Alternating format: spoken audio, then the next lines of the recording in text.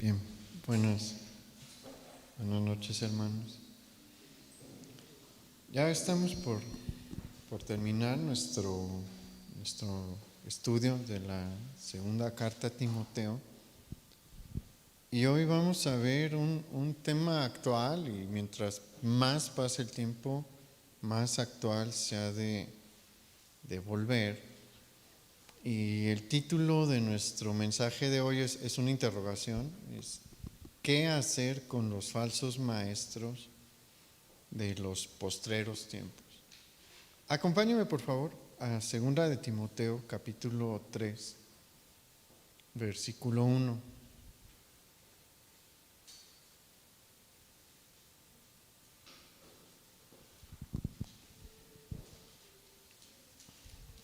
Segunda de Timoteo capítulo 3, versículo 1 dice: también debes saber esto, que en los postreros días vendrán tiempos peligrosos.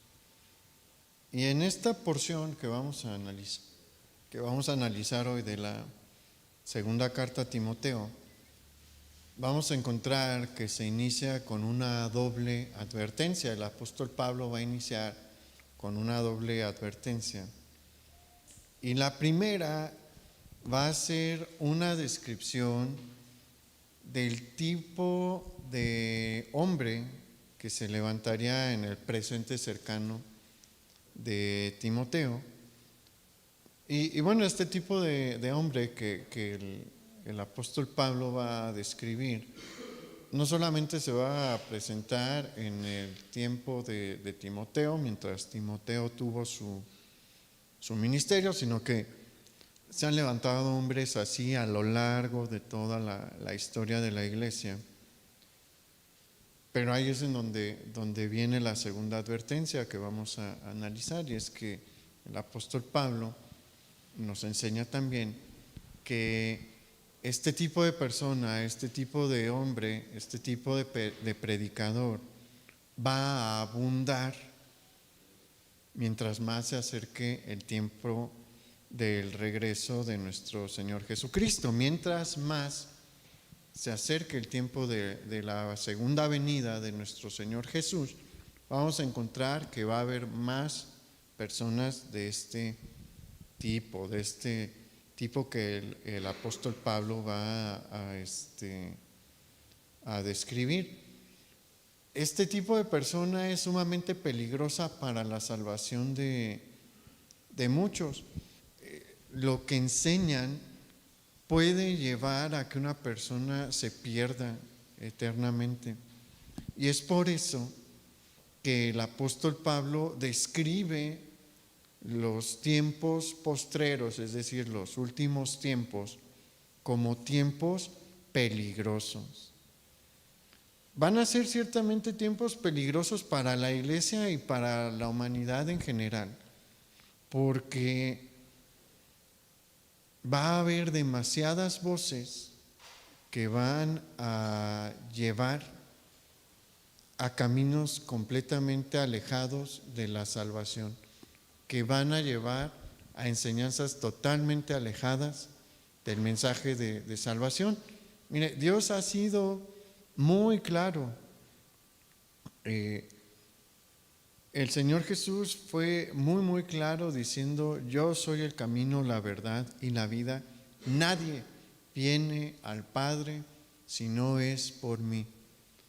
En esta semana me estaban comentando de una persona que publicó algo en una red social, un cristiano, diciendo que el cristianismo es una religión muy tolerante.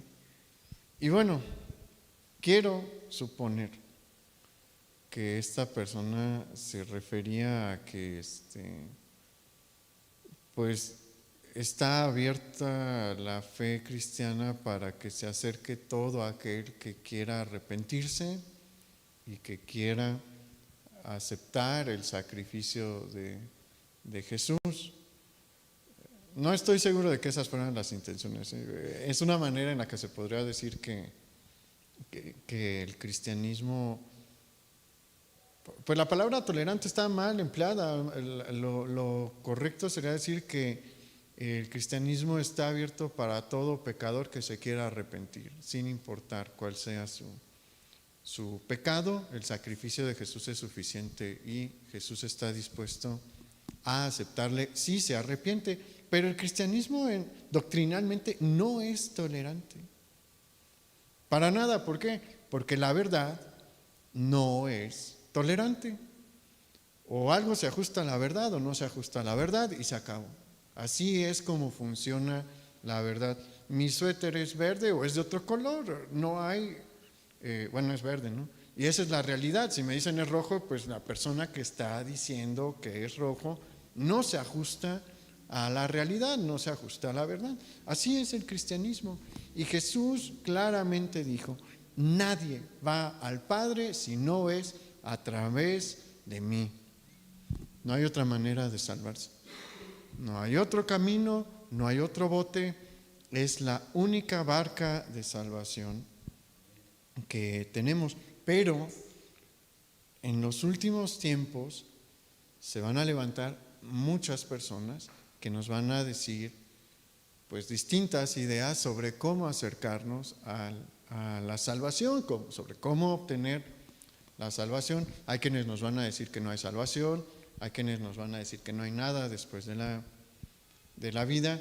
Y bueno, si usted se pone a checar, las voces que hay afuera son demasiadas, tanto dentro de la iglesia como en el mundo secular. Y no estoy diciendo que, bueno, estamos cada vez más cerca de la venida de nuestro Señor Jesús, ¿no?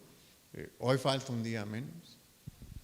Pero sí podemos observar que ha habido un incremento de falsos maestros desviando a las personas del camino de la salvación. Y mire, todas las falsas doctrinas no surgen ni viajan por sí mismas. Aparecen a través de hombres y son hombres los que las diseminan, son hombres los que se encargan de divulgarlas. Y estos hombres que se encargan de idear y de divulgar falsas doctrinas tienen ciertas características. Todos comparten estas características.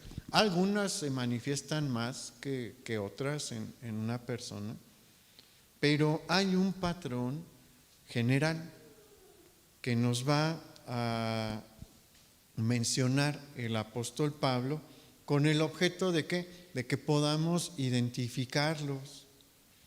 Y mire, vamos a ver cómo los describe el apóstol Pablo a partir del versículo 2, ahí en 2 de Timoteo 3.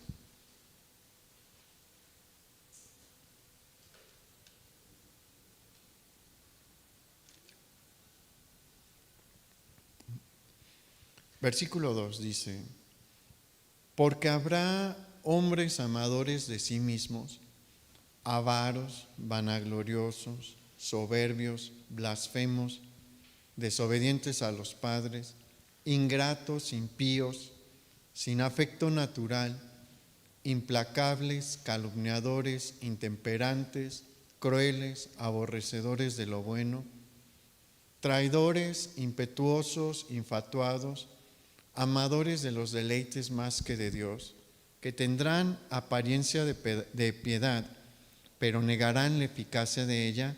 A estos evita. Y bueno, los rasgos señalados por el apóstol Pablo aquí son muchos y todos son importantes. Pero por cuestiones de tiempo no nos podemos detener a estudiar cada uno de ellos, pero hay algunos que sí vale la pena abordar. Hay que tener en cuenta que no todos los falsos maestros manifiestan todos de una manera evidente, pero pero por lo menos alguno va a estar muy claro en estas personas. Y si los identificamos, bueno, pues es una señal de alerta, ¿no? Vimos en la primera carta las características que debe de tener una persona que sirve al Señor y las que deben de tener aquellos que están encargados de la predicación, aquellos que están encargados de una iglesia. Y bueno, lo que vemos de la descripción de ellos con esta descripción son personalidades opuestas. Entonces, el encontrar alguno de estos elementos manifestándose en alguien que esté en el servicio o en alguien que predica, que ya es responsable de una congregación, es una señal de alarma. Entonces, por eso es bueno que tengamos presentes todos, pero no podemos ver ahorita todos, vamos a ver algunos. Nos menciona el apóstol Pablo que este tipo de maestro tienden a ser amadores de sí mismos y vanagloriosos. Estas dos características están relacionadas entre sí, por eso las vamos a abordar juntas. El hombre amador de sí mismo tiene una obsesión por sus cualidades físicas o por sus cualidades intelectuales o por ambas. Puede que esté dotado de las dos. Y este tipo de falso maestro manifiesta un marcado interés por tener una buena presentación física, se enfoca mucho en su imagen, en su apariencia externa. Para este tipo de maestro es de suma importancia. Y aquí hay que señalar algo.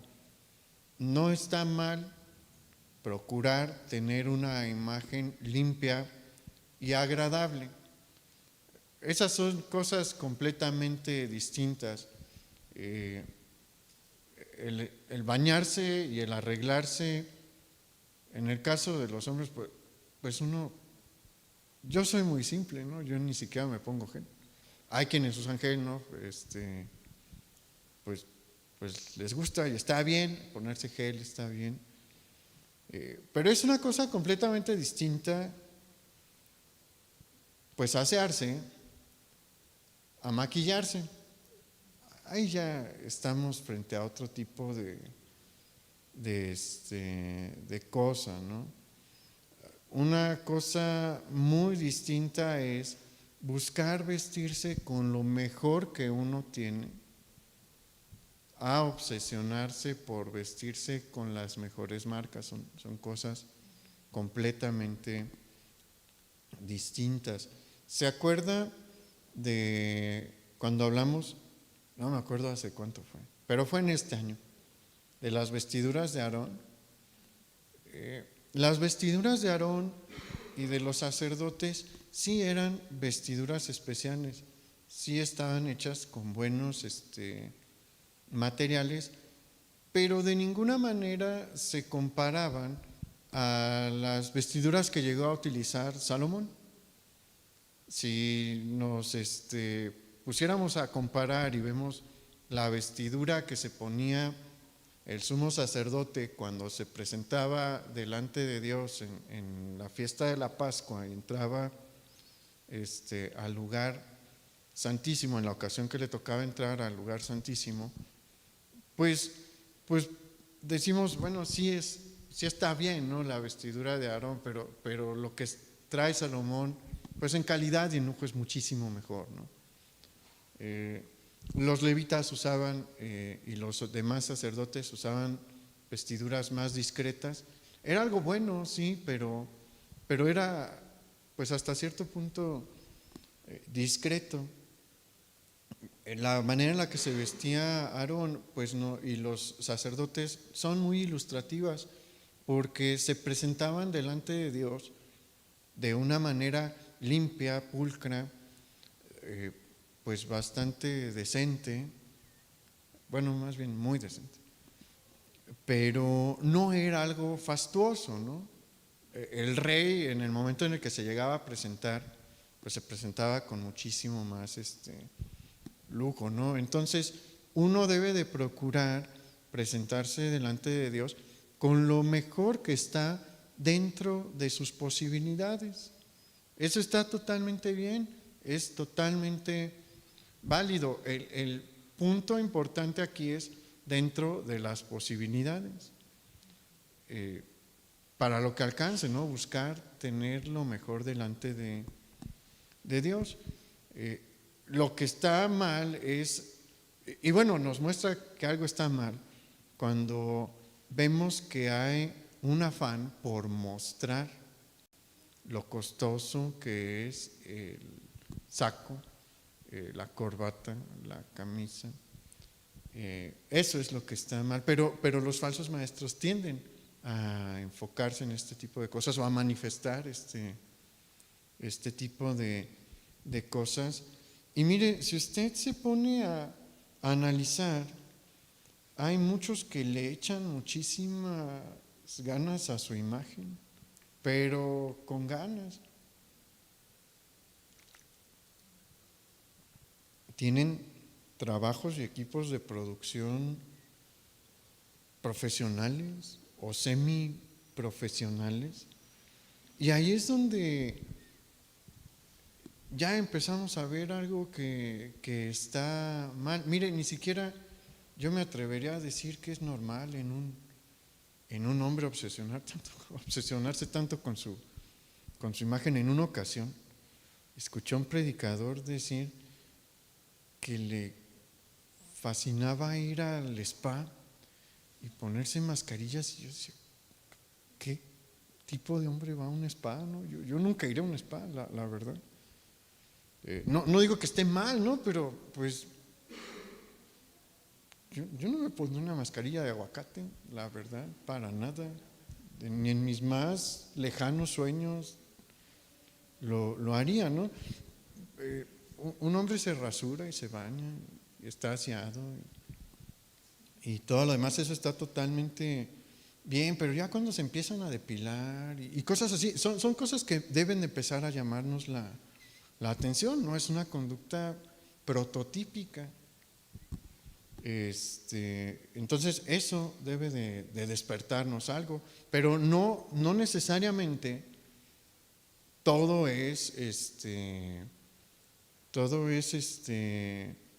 físico. En el aspecto físico, en el aspecto intelectual también puede pasar, porque hay personas que aman sus facultades intelectuales y les gusta alardear de su capacidad intelectual a lo largo de la predicación.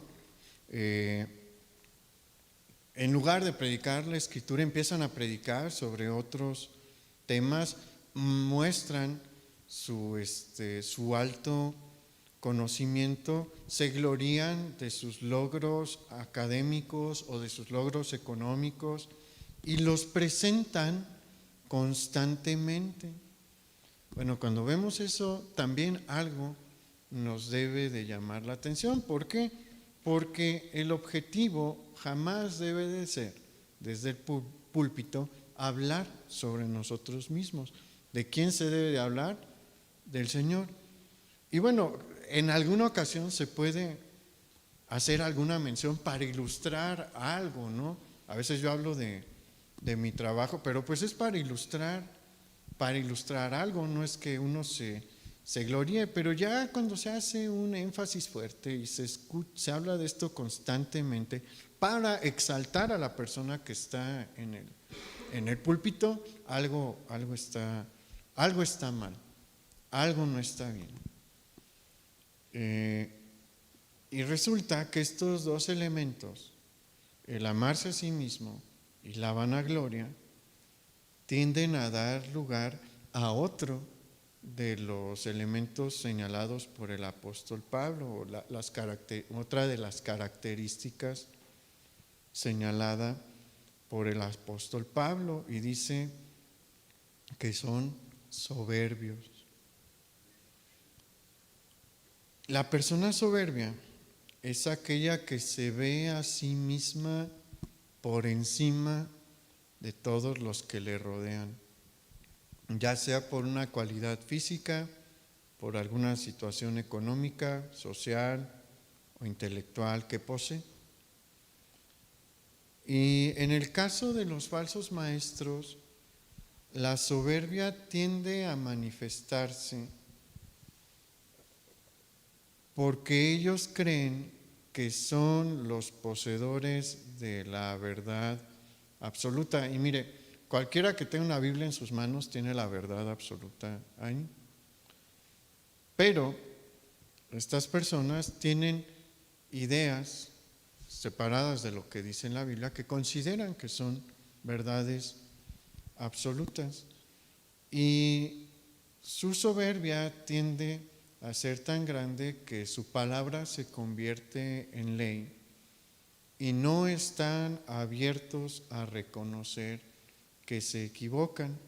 Sus enseñanzas, su doctrina no está abierta a discusión, a pesar de que con las escrituras los contradigan, a pesar de que llegue alguien en una buena actitud y les diga: hey, vas en contra de este texto bíblico con lo que estás enseñando, no están dispuestos a cambiar. Es una de las características que vamos a encontrar en estas personas. Su soberbia es tan grande que ponen sus ideas y sus pensamientos a la par de las subordinan las escrituras a su pensamiento, ¿no? A sus ideas, a sus doctrinas. Toda aquella persona que ponga otro texto por encima de la palabra ya está muy, muy mal. Y bueno, hay algunas sectas que hacen esto. Por ejemplo, los mormones tienen las enseñanzas de John Smith por encima de la Biblia. Los testigos de Jehová tienen las enseñanzas de la torre de la atalaya por encima de la Biblia. Pero hay predicadores que se llaman a sí mismos cristianos, que ponen sus enseñanzas también por encima de la Biblia, y aunque vayan totalmente en contra de un versículo o de un texto bíblico, de una doctrina bíblica, no están dispuestos a cambiarlas. ¿Por qué? Porque se manifiesta esta soberbia. La soberbia es parte de ellos, ¿no? Y el apóstol Pablo nos dice: hey, allí está una de las señales de un maestro que lleva a la perdición. Otra característica importante es que son blasfemos. Y es muy común entre los falsos maestros que estos lleguen a un punto en el que se atreven a faltarle al respeto a Dios, dirigiéndose a Él de una manera irreverente. Su soberbia y su vanagloria les lleva a dirigirse al Señor como si fueran iguales. Y mire, no hay nada más lejano de la realidad y de la verdad que el intentar ponerse al tú por tú con Dios. No hay nada más alejado de la verdad y nada más ridículo que intentar ponerse al tú por tú y tratar a Dios como un igual, dirigirse a Dios como un igual. ¿Sabe que no hay cosa más ridícula que querer darle una orden a Dios? Y hay muchos que le dan órdenes, entre comillas, al Espíritu Santo. ¿Quién le puede decir al Espíritu Santo qué hacer? Nadie. Él es Dios omnipotente, soberano. Quien se atreve a darle una orden al Espíritu Santo es porque algo anda muy mal. su noción de la realidad está muy, muy mal. Hay quienes llegan a hacer ilustraciones vulgares con el Señor, con Dios, y yo lamentablemente he visto algunos videos con algunos predicadores que miren, y los comediantes a veces dicen cosas tan vulgares y bajas, no, pero la cosa es que lo hacen con Dios, ¿no? Con el Todopoderoso. Si no son consumidos porque vivimos en el tiempo de la gracia, pero yo no sé cómo una persona puede perder la noción de quién es Dios, y menos alguien que está en un púlpito, ¿no? Porque deberían de conocer los textos del Antiguo Testamento y ver cómo pues el sumo sacerdote tenía que entrar a la presencia de Dios con suma reverencia, con absoluta reverencia. Eso tristemente es algo que hemos perdido pues en las últimas décadas en algunos sectores de la iglesia cristiana, la reverencia que se debe de tener hacia Dios. Obviamente Él nos ha dado libertad, pero muchos abusan de la libertad. Yo insisto, yo no entiendo cómo hay personas que siguen pegando su chicle abajo de las sillas de la iglesia, y lo siguen haciendo, se lo digo porque me ha tocado despegar, ¿sí?, chicles de las sillas, y no es que sean pues como en el Antiguo Testamento sillas sagradas, no, pero son las sillas de la iglesia. ¿O cómo se atreven bueno, ahorita supongo, no me ha tocado ver recientemente, pero cómo se atreven a comer papas en la reunión? A veces entraban con los del elote, con elotes de los que vende aquí afuera, a la reunión, ¿no? Y mientras está la predicación ahí andaban con el elote. No es que este sea no tiene nada de místico este lugar, pero pues estamos en una reunión en la que estamos buscando alabar a Dios, adorar a Dios y escuchar de su palabra, y eso requiere respeto. La verdad requiere respeto. Entonces, pues la blasfemia es algo que vamos a encontrar también en los falsos maestros. Otra cosa que nos menciona el apóstol Pablo es que son intemperantes. Y esta palabra es traducida en otras versiones como carentes de dominio propio. Los falsos maestros son personas muy impulsivas, a las que les cuesta mucho controlar sus emociones. También nos menciona el apóstol Pablo que son amadores de los deleites más que de Dios. Estas personas tienen un interés mayor por los bienes de esta vida material que por los bienes espirituales. De modo que en sus predicaciones y en sus conversaciones vamos a ver que frecuentemente hablan sobre las posesiones materiales. Frecuentemente hablan sobre una vida de prosperidad, una vida de lujo, o expresan sus anhelos por una vida de lujo, por llevar una vida cómoda. Y bueno, hay personas a las que sí les toca, ¿no?, que pueden llevar una vida cómoda y holgada, pero hay a quienes no.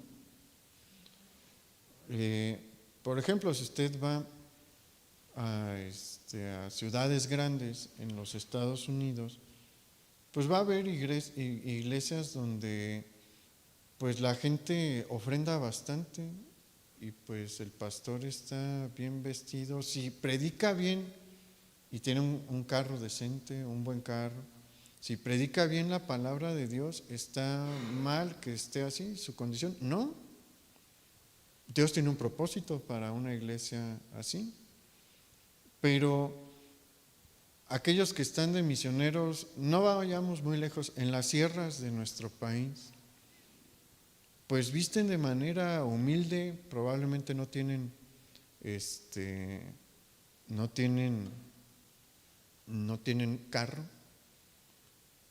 no viven una vida de lujo, están sirviendo al Señor como les toca. Miren, nosotros conocimos a un misionero aquí en la región de Michoacán, que cuando empezó a predicar, se iba en burro, a hacer un recorrido en burro todo el fin de semana. Empezaba en un pueblito el viernes en la noche, el sábado en la mañana llegaba a otro, en la tarde hacía otro recorrido del sábado y regresaba el domingo a su iglesia, a su iglesia principal para el servicio de la mañana, y en la tarde con radios no me acuerdo si eran de onda corta, que tienen un alcance muy largo, les predicaba a una comunidad bien adentrada en la sierra. Estaba sirviendo al Señor, no le interesaban para nada los lujos, para nada. Un predicador no se enfoca, un buen siervo del Señor no se enfoca en los deleites materiales, está contento con lo que el Señor le da para servirle. Y el último que vamos a ver de este listado que nos da el apóstol Pablo es que tendrán apariencia de piedad, pero negarán la eficacia de ella. Así, finalmente vemos que los falsos maestros inicialmente dan una imagen de ser personas piadosas que temen y aman a Dios. Son inteligentes para presentar una imagen de bien, pero en la realidad, en la profundidad de su persona y de su vida práctica, vemos que son opuestos a lo enseñado por las Escrituras. Llevan una vida personal desordenada, en ocasiones pecaminosa, en ocasiones muy pecaminosa, y utilizan la fe para alcanzar sus intereses personales. Y una vez que el apóstol Pablo hace esta descripción, ¿qué le dice a Timoteo? Le dice: a estos evita. Y con lo anterior, ¿qué está haciendo Pablo? Pablo no está enseñando que huyamos de ellos o que no les enfrentemos. Lo que él está enseñando es que no nos debemos relacionar con ellos. Porque mire, el objetivo de todos los falsos maestros es desviar y distraer y apartar de la doctrina de la salvación y arrastrar a aquellos que les siguen y sirven para ellos alcanzar un bien personal, un objetivo personal. Entonces, si nosotros convivimos con ellos, ellos van a hacer el intento de arrastrarnos. No van a desaprovechar ninguna oportunidad para trasquilar a las ovejas. No la desaprovechan.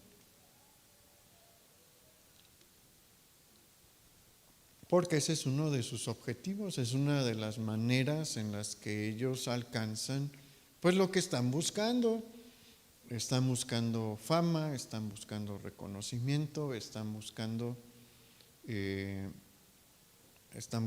enriquecerse, llevar una vida cómoda, entre otras cosas. No pueden tener un montón de objetivos. Entonces, si convivimos con ellos, ellos van a hacer el intento de arrastrarnos.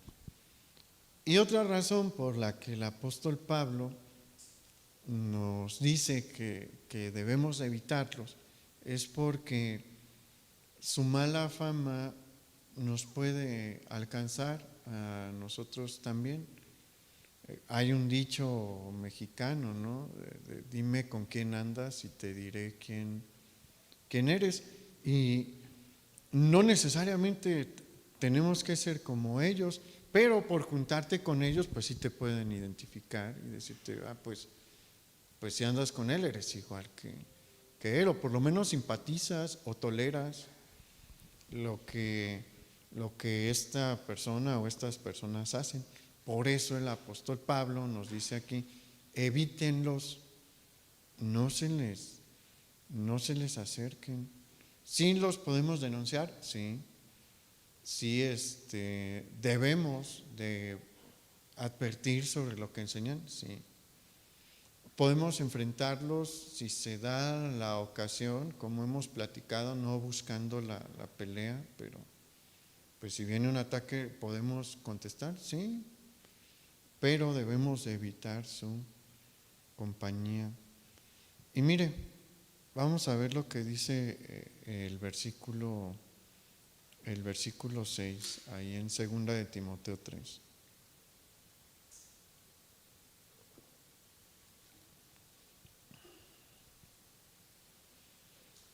Dice, porque de estos son los que se meten en las casas y llevan cautivas a las mujercillas cargadas de pecados, arrastradas por diversas concupiscencias. Estas siempre están aprendiendo y nunca pueden llegar al conocimiento de la verdad. Aquí el apóstol Pablo dejó otra característica que también vale la pena mencionar. Este es en cuanto al operar de los falsos maestros. Vamos a encontrar que los falsos maestros, no siempre, pero en ocasiones, tienden a rodearse de mujeres en el desarrollo de su ministerio. ¿Se acuerda de los requisitos del obispado, del pastor y de los diáconos? Deben de ser maridos de una sola mujer. Y su mujer es su ayuda idónea, y es la que le debe de ayudar en el ministerio. Y su equipo de trabajo deben de ser, en su mayoría, hombres o parejas de casados, ¿no? Porque pues el diácono tiene su esposa y pues ellos son un mini equipo y hay varios, ¿no? Que trabajan así. Pero cuando empiezan a tener demasiadas mujeres cerca, algo anda medio mal. ¿Por qué? Porque tienden a caer en tentación. Es la verdad. Me acuerdo muchísimo del ejemplo de un predicador. Las personas que están en el servicio y al frente de la iglesia, todos los varones se deben de cuidar de las tentaciones que puede haber con las mujeres, porque nadie está exento, ningún varón está exento. Pero de entre todos los que están en el púlpito, pues más deben de cuidarse más. Y bueno, este predicador mencionó en una ocasión que por X o Y razón se le fue la secretaria y pues corrió la voz de que necesitaba una secretaria que le ayudara. Y pues llegaron varias hermanas pues como una entrevista de trabajo a ver si la iban a hacer o no. Y al final le preguntaron, ¿y a quién escogiste? A la que se me hizo la más fea. Porque pues mejor, la verdad, estar en el menor de los riesgos, porque pues riesgos puede haber y lo mejor es estar lejos. Pero mire, En la historia de la iglesia, de los inicios de la iglesia, hay un ejemplo prototípico de esta situación de los falsos maestros. Y es un señor que se llamó Montano. Él, pues, tuvo su movimiento entre el 156 y el 172 después de Cristo. Montano tenía junto a él a dos profetisas, una se llamaba Maximila y la otra Prisca, y estas estaban subordinadas a él y profetizaban, entre comillas, en nombre del Espíritu Santo. Y es algo documentado, o sea, es algo real. De hecho, el montanismo se le llama, generó problemas dentro de la iglesia y los líderes de la iglesia tuvieron que intervenir.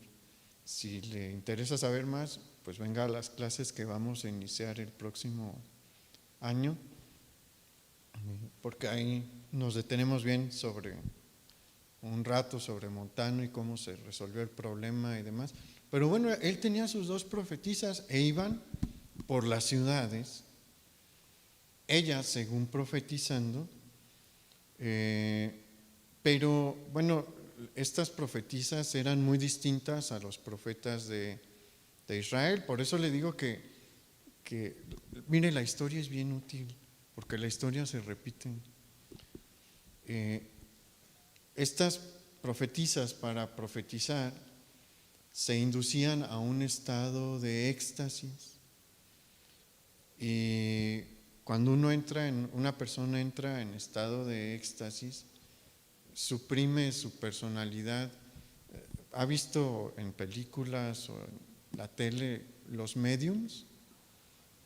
Bueno, era algo que ellas permitían, ¿no? Y según se ponían en una situación así, en la que dejaban de ser ellas y estaban hablando a nombre del Espíritu Santo.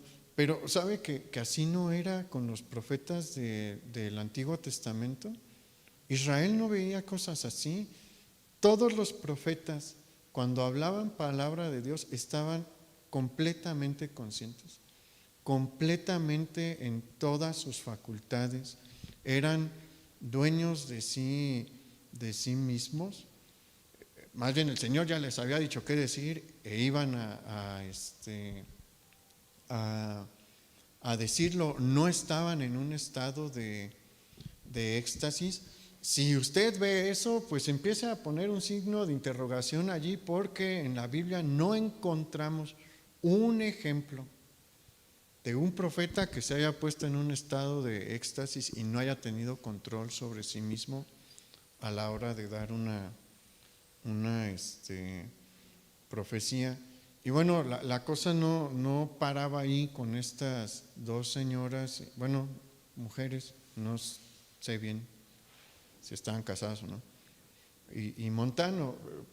Ellos decían que pues sí, la Biblia estaba bien, las escrituras estaban bien, las del Nuevo Testamento y del Antiguo Testamento, pero lo que ellos estaban profetizando estaba al mismo nivel que las enseñanzas de Jesús y de los apóstoles, que era el Espíritu Santo hablando también a través de ellos, y lo que decían estaba al nivel que lo dicho por el Señor Jesús, los profetas del Antiguo Testamento, y que Pablo y los demás apóstoles. Podemos ver cosas así el día de hoy. Podemos ver cosas así el día de hoy. Por eso el apóstol Pablo nos deja, bueno, el Espíritu Santo a través del apóstol Pablo nos deja esto para que discernamos, para que podamos identificar. Mire, vamos a 2 de Timoteo, ahí mismo en el capítulo 3, versículo 10.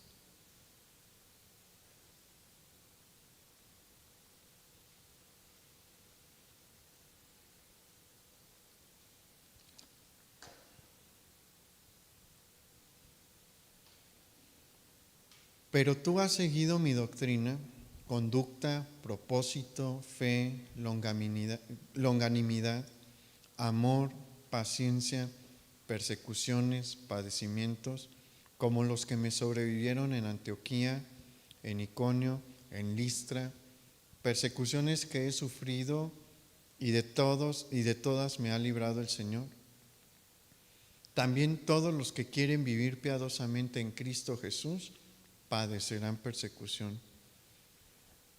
Mas los malos hombres y los engañadores irán de mal en peor, engañando y siendo engañados. Pero persiste tú en lo que has aprendido y te persuadiste, sabiendo de quién has aprendido, y que desde la niñez has sabido las sagradas escrituras, las cuales te pueden hacer sabio para la salvación por la fe que es en Cristo Jesús. Pablo va a empezar aquí a decirle a Timoteo: mira, Timoteo, esto se va a presentar, vas a encontrar a este tipo de hombre con estas características predicando, y los vas a ver prosperar, porque como hemos mencionado en otras ocasiones, pues ellos tienden a tener un buen número de seguidores. Si usted se pone a ver, identifica a un predicador de esos que tienen características como las de aquí de segunda de Timoteo 3, y búsquenlo en alguna red social. Todos tienen.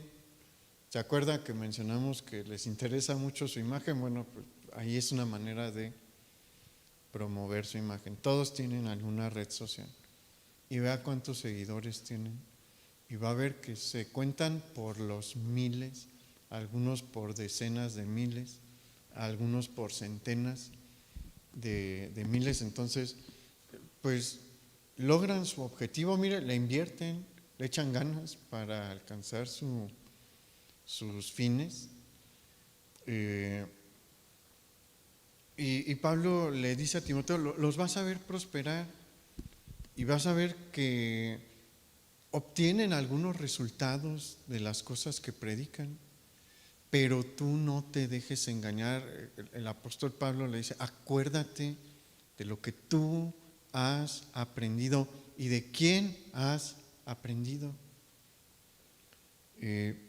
Timoteo tuvo un enorme privilegio de ser discípulo de Pablo y recibir la doctrina del cristianismo de Pablo, que Pablo fuera su maestro en cuanto a la doctrina del cristianismo. ¿Y por qué fue un privilegio? Porque aparte de toda la sabiduría y conocimiento que Pablo tenía, Timoteo pudo ver con sus ojos, con sus propios ojos, una vida cristiana genuina, llena de pasión y esmero por el Señor. Pablo no solamente tenía la teoría, tenía la práctica también.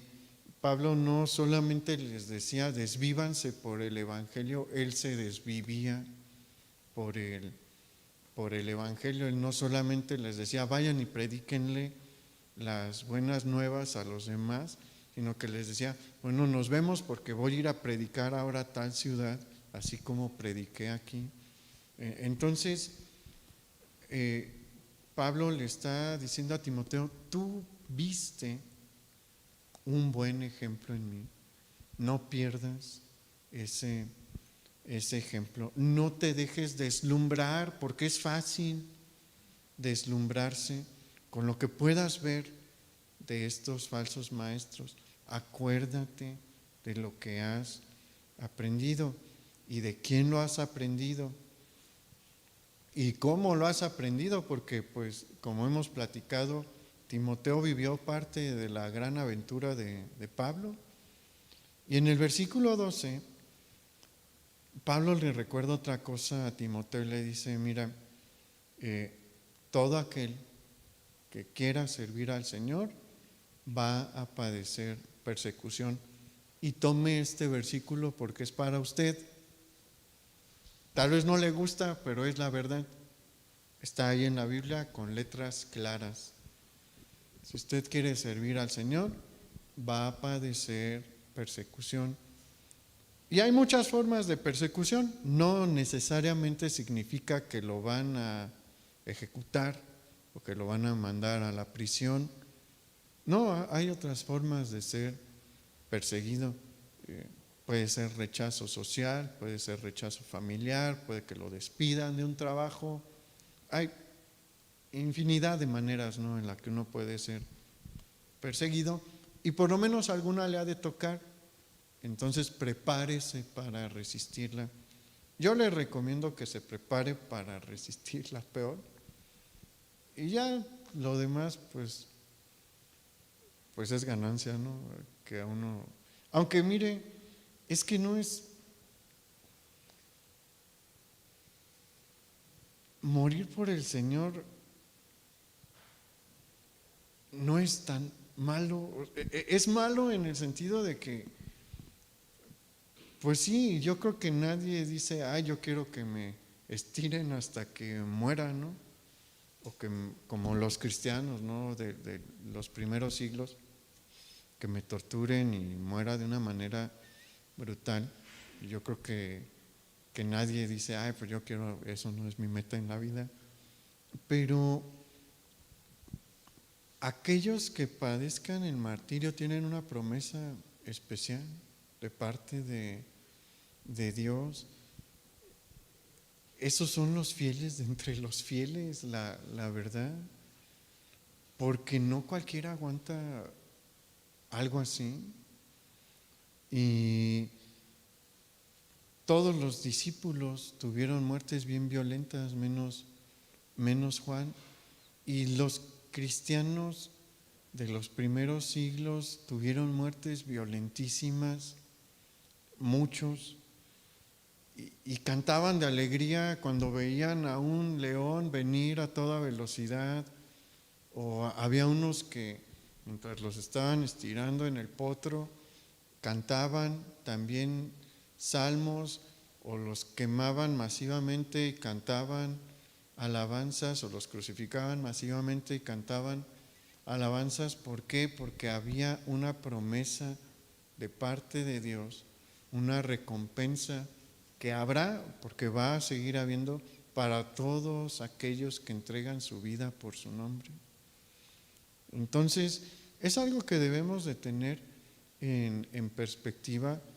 Si nos toca, pues es un privilegio en cierta forma también, porque si aguantamos esa prueba, que de ninguna manera es sencilla, hay una recompensa grande en el cielo. Entonces Pablo le dice a Timoteo, ten esto presente, vas a padecer persecución. Y en el versículo 13, Pablo hace algo muy particular, porque muestra un contraste en atención al hombre malvado. Del hombre malvado, el apóstol Pablo no dice que va a padecer persecución. Lo más probable es que no la padezca. Y usted nada más mire la historia de nuestro México, pues ¿qué le gusta? De unas 4 décadas para atrás. ¿Cuántos gobernadores, diputados y senadores, presidentes municipales y presidentes de la República terribles hemos tenido? Un montón. Y la mayoría se salió con la suya. No les hicieron nada. Hicieron atrocidades, se enriquecieron ilegalmente y no les hicieron nada. No los persiguieron. La justicia no los persiguió. Pero eso no significa que no van a sufrir. Aquí el apóstol Pablo nos dice cuál es su sufrimiento, y su sufrimiento es su propio estilo de vida, porque el apóstol Pablo dice aquí que van a engañar pero también van a ser engañados. Van a hacer el mal, pero el mal les va a ser hecho. También van a abusar de otros, pero van a abusar de ellos. Van a traicionar a otros, pero también los van a traicionar. Y si usted ve la vida de los políticos en general, las traiciones son el pan de todos los días. Traiciona a tal para obtener tal cargo, pero al rato lo traicionan a él también. El círculo vicioso en el que ellos viven. Y qué horrible vivir en ese tipo de círculo en el que no puedes confiar absolutamente en nadie, en el que las personas más cercanas a ti te pueden apuñalar mañana por la espalda. Eso es un castigo, honestamente, es un estilo de vida muy, muy feo, que yo no deseo. Y después vamos, para cerrar, a ver el versículos 16 y 17, porque estos se relacionan con los versículos 14 y 15. Dice el versículo 16: toda la escritura es inspirada por Dios y útil para enseñar, para redarguir, para corregir, para instruir en justicia, a fin de que el hombre de Dios sea perfecto, enteramente preparado para toda buena obra. En estos versículos, el apóstol Pablo nos muestra cuál es la mejor manera de enfrentar y exponer a los falsos maestros, porque recuerde que esta porción toda refiere a los falsos maestros que se han de presentar pues a lo largo de la historia de la iglesia, pero que van a aumentar en los últimos tiempos. Y la mejor manera de enfrentarlos, ¿qué es lo que debemos de hacer con estos falsos maestros? Exponerlos ante las Escrituras. La Escritura es nuestra mejor herramienta. La Biblia es nuestra mejor defensa y nuestra mejor herramienta en contra de las herejías, en contra de las falsas enseñanzas. Y en los versículos 14 y 15, el apóstol Pablo le dice a Timoteo: Timoteo, acuérdate que tú has conocido las Escrituras desde pequeño. Tú no eres un ignorante de las Escrituras, entonces reténlas.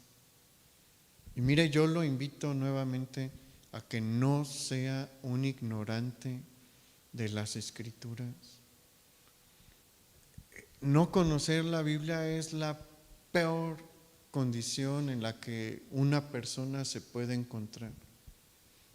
No conocer la Biblia deja a cualquier persona en absoluta vulnerabilidad ante los falsos maestros. ¿Por qué se pudieron hacer tantos abusos durante tantos siglos sobre personas con un buen corazón? Porque no conocían las Escrituras. ¿Por qué durante la Edad Media hubo atrocidades tan grandes realizadas por parte de la iglesia? Porque la gente no conocía las Escrituras. ¿Por qué hoy abusan de la fe de tantas personas que sinceramente están buscando a Dios? Mire, el mundo del fin va a ser un mundo de absoluta rebelión hacia Dios. Y si usted ve, no se nos describe un mundo ateo en el fin de los tiempos. Se van a rebelar en contra del Dios verdadero, pero van a seguir siguiendo a los opositores, ¿no? Al gran opositor del fin de los tiempos. Va a ser el objeto de la adoración de la humanidad. Y si usted ve el día de hoy también, no estamos ante un mundo ateo.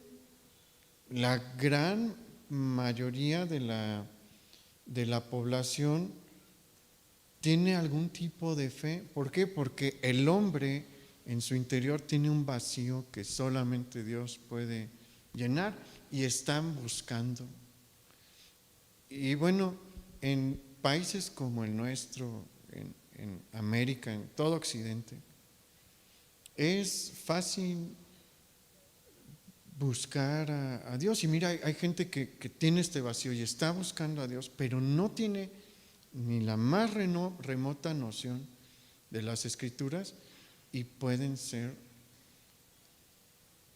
pues víctimas de aquellos que lucran con la fe facilísimo. ¿Por qué? Porque no conocen nada y les presentan cualquier cosa y dicen pues es verdad. Y mire, tristemente dentro de los cristianos muchos han sido arrastrados a otras doctrinas porque la realidad de una buena parte de la iglesia cristiana el día de hoy es que son ignorantes de las Escrituras también. Entonces, no saben discernir cuando se les enseña algo que va de acuerdo a la Escritura o no. Es por eso que el apóstol Pablo anima aquí a Timoteo y le dice: recuerda todo lo que tú sabes y síguete esforzando.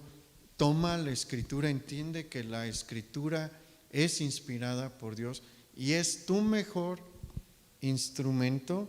¿Para qué? Para enseñar, para redarguir. El tercero, para corregir. Es tu mejor instrumento para corregir cuando algo está torcido, cuando algo se aparta de los principios establecidos por Dios. Es tu mejor instrumento para instruir en justicia y es la única que te puede preparar para toda buena obra. ¿Quieres hacer el bien? ¿Quieres aprender a hacer el bien? Ve lo que dice la Escritura. Aquel que viva de acuerdo a lo señalado por la ley de Moisés y el Sermón del Monte y todos los pasajes morales establecidos por la Biblia, va a ser una persona de bien. Aquellos que obedecen los mandamientos de Dios establecidos en todos los pasajes referentes a la conducta moral, va a ser una persona de bien. Por eso nos dice aquí que nos instruye y prepara para toda buena obra. Entonces, si queremos hacerle frente a este mundo, cada día que se acerque más la venida de Jesús, esto se va a poner peor. Si le queremos hacer frente, ¿qué necesitamos? Volver a la Escritura.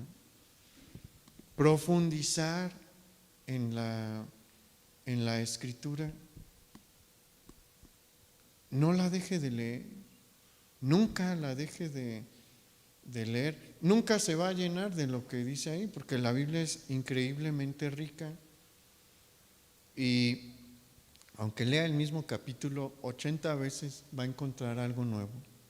No le digo que se estanque en un capítulo, pero si en su vida llega a leer un mismo capítulo 80 veces, en la vez 80 va a encontrar algo nuevo, porque es Dios hablándole a su vida.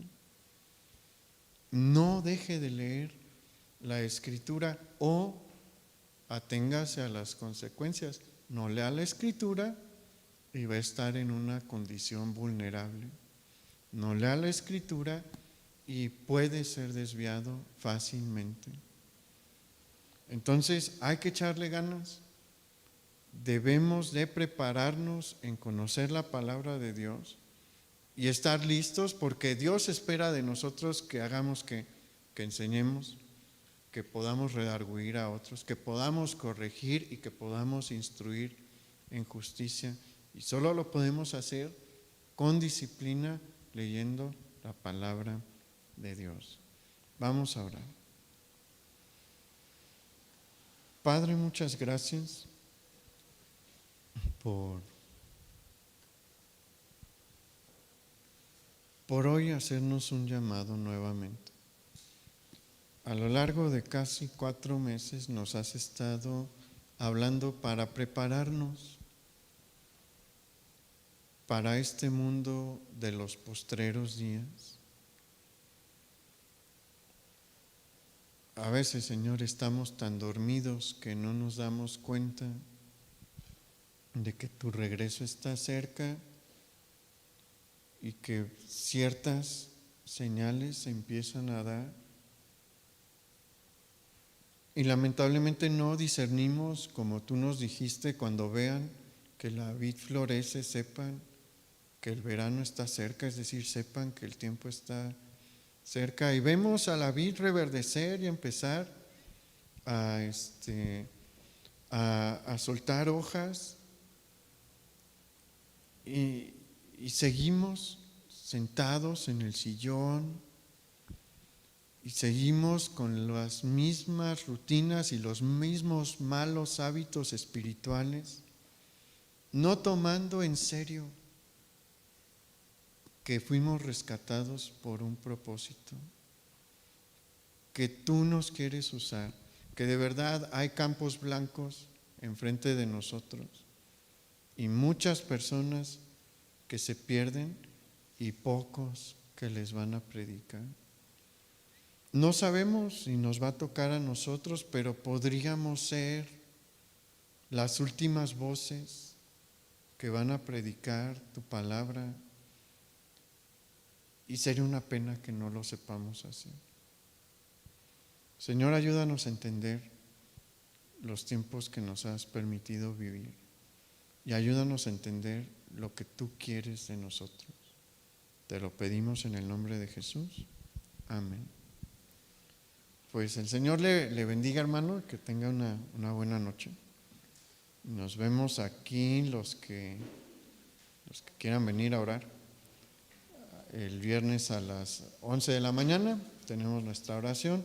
Los jóvenes, recuerden, tenemos nuestra reunión el viernes a las 7 de la noche y nos vemos aquí el domingo a las 11 de la mañana.